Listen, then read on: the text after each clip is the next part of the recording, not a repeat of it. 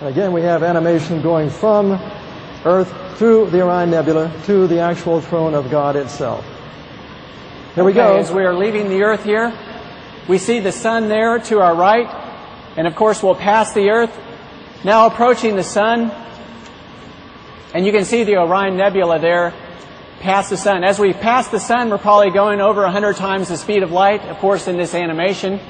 And approaching the Orion Nebula itself, of course, in order for this to be in actual real time, the individual stars of the Orion Nebula will be passing at different times because they're at different distances from the Earth. But it's actually in the Sword of Orion, the star of the Sword of Orion, that is the Orion Nebula. We're approaching it here, coming closer, coming closer.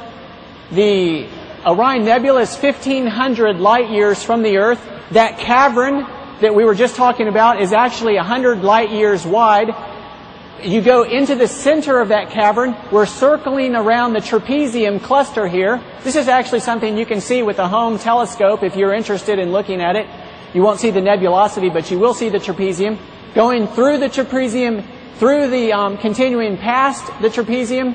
This is, of course, animation depicting what it might look like, of course, as we come to the area that, as Christians, we would call heaven, to the throne, the city of the New Jerusalem, with the foundations of precious stones, the gates of pearl. Approaching now to the temple in the New Jerusalem. The sanctuary. And as we go to the sanctuary, what are we going to end up with? There is indeed right before us Christ, the great high priest. And the Ten Commandments. And the Ten Commandments. The Ten Commandments. You see, these are the great fundamental beliefs that Seventh-day Adventists began with 150 years ago. That fourth commandment is standing there outside of the Ark of the Testament. Revelation 11:19, I looked and I saw the Ark of the Temple of the Tabernacle of the Testimony was heaven was open, and there was seen the Ark of the Testament. There is the original set of the Ten Commandments right there in the throne room of heaven. It can't be changed. There's no way that the Sabbath could ever be made to Sunday or any other way, any other day, because there it is fixed right before the throne of God. Jesus Christ Himself, the author of them all, ministering before the Ark of the Covenant, the mercy seat. It's still there. And guess what else? Remember in the early part of Revelation 1, John says, I was in the what? Spirit on the Lord's day. That's the first part of the book of Revelation. Here in Revelation 11:19, we have indeed the Ark of the Covenant. Do we all understand then that the Lord's day in the Ark of the Covenant in Revelation 11:19 is the same as the Lord's day in Revelation 1:7? There's no way that anyone could call any day the Lord's day except the fourth commandment, Sabbath day, which is still fixed there in the center of the throne room of heaven. Christ, our great high priest. It's all, see, that God created the universe so we could focus attention astronomically on the great truths just before He comes back again. David, and after we are there, what's going to happen in return? Well, of course, Jesus, at the time of the second coming, will step out of the most holy place. He'll take off the robe that He has on and put on the kingly garments. And with His angels, He will begin to come back to the earth.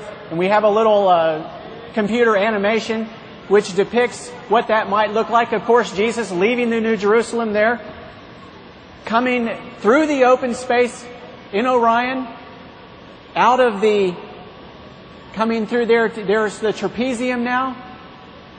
As you exit Orion, that great bowl configuration, leaving the great Orion Nebula.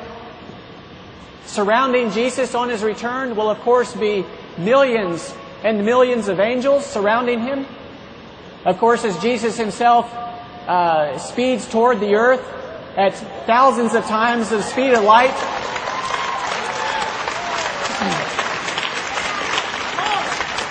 He will have to slow down as He approaches the earth.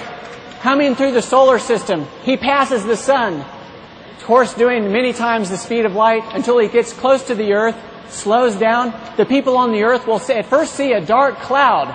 And as that dark cloud gets a little closer, a little brighter, and it finally lights up the sky. And as it lights up the sky, those people who are alive and waiting for Jesus and have been faithful to His 10 Commandments will welcome Him. They'll say, "Lo, here is our God. We have waited for Him." His appearing, though, will be as a consuming fire to those who are afraid of His coming, to those who have not kept His 10 Commandments.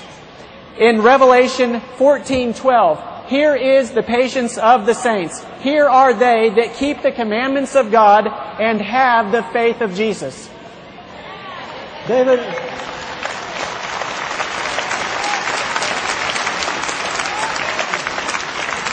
folks, David and I have worked a long time with God's blessing and God's guidance, and the Holy Spirit is still leading and guiding today. We believe, as we've been here and privileged to be with you, indeed, that event is nigh at hand. We believe these discoveries, as we said earlier, are coming to the world, not just Seventh-day Adventists, to help the world understand. When you look at the heavens, you're seeing the evidence, the fingerprints of the cosmic creation. The cosmic code is there for us all to see. The Creator created the universe so we can see that He's nearby and He's coming soon. What you have just seen, if you want more about it, the video has just been produced by the Adventist Media Productions. It's called Center of the Universe, The Great White Throne. It's all available, of course, through the Adventist Media Productions. We're privileged to be with you this afternoon to help us all to understand that indeed God, remember we said earlier, Hebrews 10, that indeed God has given us the new covenant promise of writing His laws and His statutes on each of our hearts and minds. We said earlier, those laws, of course, and His statutes He's writing are what? The 10 Commandments that we are celebrating this particular weekend. God has promised. People say we can't keep the 10 Commandments. Obviously, of ourselves, we cannot. But this great message here of the universe is that the God who could speak the universe, the galaxies in existence throughout the endless eons of space, is the same God that can recreate us in His image and can keep us faithful from moment to moment.